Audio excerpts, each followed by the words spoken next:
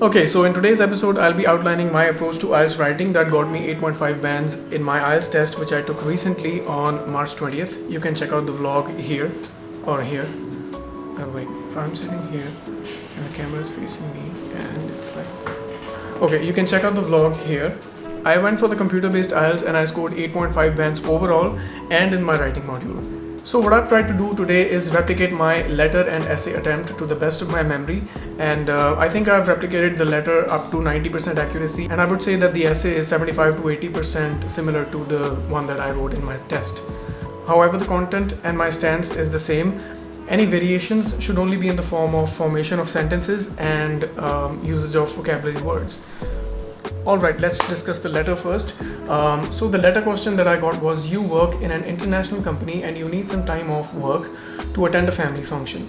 Write a letter to your manager and in your letter explain the function, give details of the amount of time you need, suggest how your work could be covered while you are away. So I'll be writing this letter to my manager, whom I would already know, of course. So this should be treated as a semi-formal letter.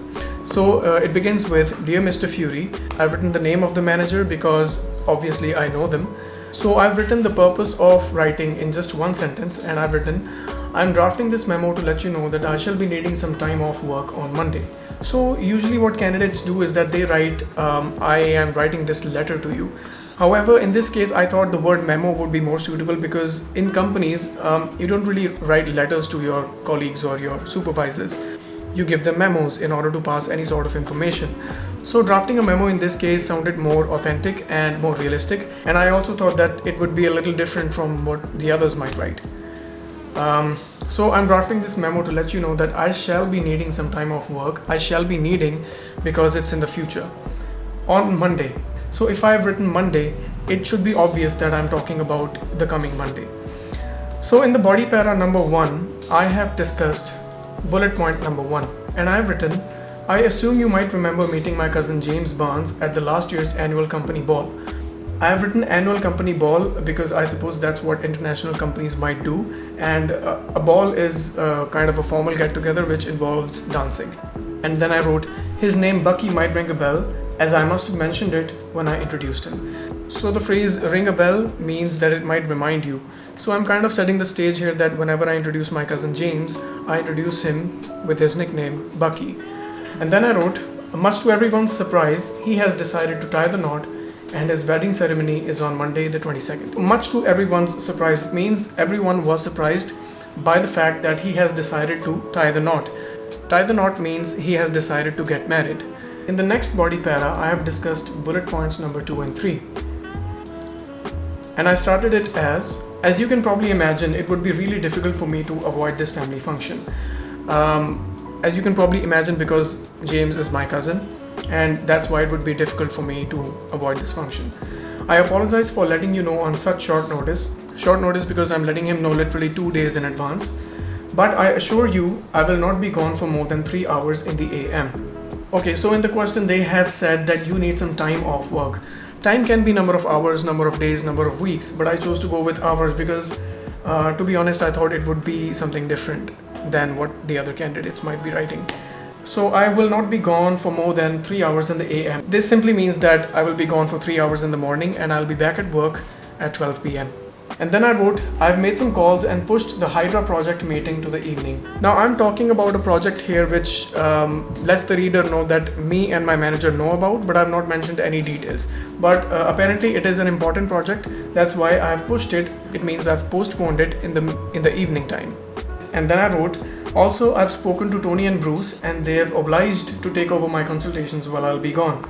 As you can see that I didn't mention the full names of Tony and Bruce, and I did so because I'm trying to communicate the fact that my manager knows who Tony and Bruce are and their full names are not required in this context. After that I wrote, I took the liberty of discussing it all beforehand with my secretary Natasha. Now I took the liberty of, taking the liberty of something means that you are doing something without seeking permission firsthand and doing something by simply trusting your own judgment. So I took the liberty of discussing it here means that I didn't seek my manager's permission, but I discussed it all beforehand with my secretary. Okay, let's read it again. I took the liberty of discussing it all beforehand with my secretary Natasha. I mentioned her name because my secretary is a lower level employee and my boss might not know who she is. And she has been well informed as to how my duties are to be delegated in my absence. How my duties are to be delegated here means that how my duties are to be assigned to other people while I'll be gone. The exit statement here is simply a statement that says, again, I sincerely apologize for the inconvenience. I've written again here because I've already apologized once in the body para 2. And in the end, I've written yours faithfully and my full name, Steve Rogers. By the way, if you don't know what those names mean, we cannot be friends. Alright then, let's discuss the essay question. My essay question was, some people believe that television advertisements are useful for television viewers. However, others disagree. Discuss both views, give your own opinion, and include examples from your own experiences. So the introduction that I chose to write was, advertising through TV commercials is deemed as one of the effective ways to engage the TV viewers and inform them about certain products and services. This is the general statement. It has nothing to do with the question. I mean, it is related to the question, but I'm not rephrasing yet. Here comes the rephrasing part. Some assert that these TV ads serve a useful purpose for the television watchers, while others refute this notion. I have attempted to shed light on both of these viewpoints and have also given my own opinion in the upcoming text. My first body para discusses the first viewpoint. The first viewpoint is that television advertisements are useful for television viewers. We have to be careful here because we are not supposed to give our own opinion in the body paragraphs. We are supposed to talk about the viewpoint of the people who support this idea. So I started out by writing, people in favor of television advertising justify their claim by stating that the audiovisual nature of TVs aids in effectively putting forward the promotional material. Other marketing media fails to do so. They say that television engages two human senses, it has a profound effect on the subconscious mind and eventually influences the viewers without them even realizing it. Another claim that is made is that televisions are ubiquitous. Ubiquitous is something that is present everywhere.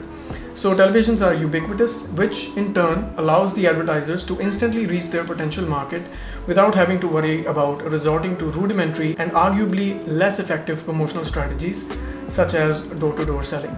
So the word rudimentary here means something that is at a very basic level, and resorting to something means choosing an option that you don't really want to choose, but you have to choose because the other options are either not feasible or just not practical. So as you can see, I've discussed 2 points in favor of TV advertisements in body para 1. In the body para 2, I have discussed the second viewpoint. And the second viewpoint says that TV ads are actually not useful for TV viewers. So I wrote, on the other hand, however, the people who discredit the usefulness of TV adverts for TV viewers advocate their stance by calling these ads a nuisance. Nuisance means something that bothers you. Such commercials are commonly treated as interruptions by television viewers while they are enjoying their favorite programs on their screens. Moreover, by juxtaposing means putting two things side to side for comparison. Moreover, by juxtaposing television ads with internet ads, they claim that the effectiveness of TV ads pales in comparison because of the vastness of the internet and its customizability. A survey revealed that over 80% of television viewers pay little to no attention to the TV commercials and treat the ads as breaks rather than useful information. The opposers also seem to be in favor of other less intrusive means of advertisements, such as print media, which seems to give them more control over what content they choose to consume. And in the last para, I have combined my opinion with the conclusion.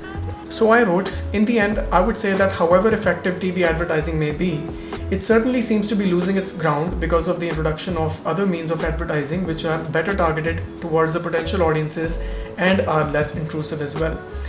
This phrase, losing its ground, is used when something is losing its effectiveness, popularity, or influence. And then after that I wrote, I side with the latter group of people. The word latter here implies that there are two groups of people, former and latter. Former is the one that is discussed first and latter is the one that is discussed second. So I side with the latter group of people as I firmly believe that advertising can be better carried out and can prove to be more useful than the promotion done on the TV. There's this popular notion among the candidates that you should not write more than 280 or 300 words. In my actual attempt, I wrote 355 words in my essay. These are 377. And in the letter, I think I wrote around 190 words and these are 192. So if you are exceeding 300 words in the essay or 190 words in the letter, I don't think that should be a cause for concern. All you have to do is write minimum 150 words for the letter and minimum 250 words for the essay. If you manage to exceed that, I think you're safe. Anyway, if after watching this video you have any sort of doubts as to my approach, feel free to reach out to me. This is my number. I'm also starting a new batch on Zoom. You can inquire about that as well. And this number is only active on WhatsApp. Until next time, have a lovely day and stay inspired. Bye-bye.